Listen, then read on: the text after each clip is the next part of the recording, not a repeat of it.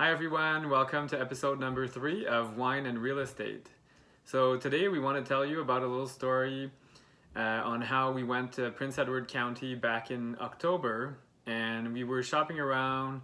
We went to this little shop called the Parlor Studio, I think it's called, and it's a shop that sells plants and accessories and things, and we were talking about wine, and she recommended a really interesting winery. So the owner told us about Cape Vineyards. Yeah, so we bought a few bottles of wine, but this is one that we really liked. It's called Cape Vineyards. That's the vineyard. Label. And it's a Loyalist red.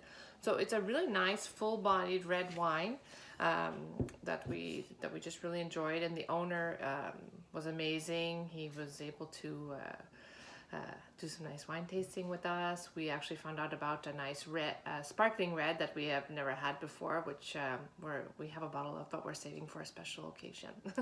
For our next building. Yes. So on to real estate. So we want to talk about today hot markets versus secondary markets. So hot markets would be, there could be Toronto, Vancouver, Ottawa, depending on what's going on.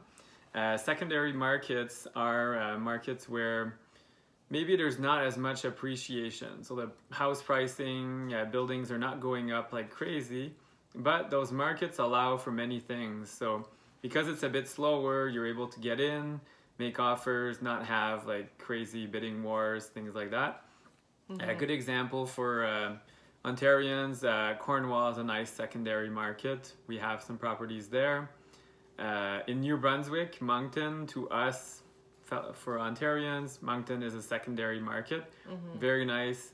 Again, you can buy properties that are quite affordable and rent them for a good profit, build equity, and increase cash flow. So yeah, a lot of times these markets have a good rental market, so there's more people renting instead of people buying, so that also helps with the secondary markets. There's still also, in the markets that we like to invest in, a decent appreciation, but maybe not like in Ottawa, where the appreciation is crazy and there's bidding wars.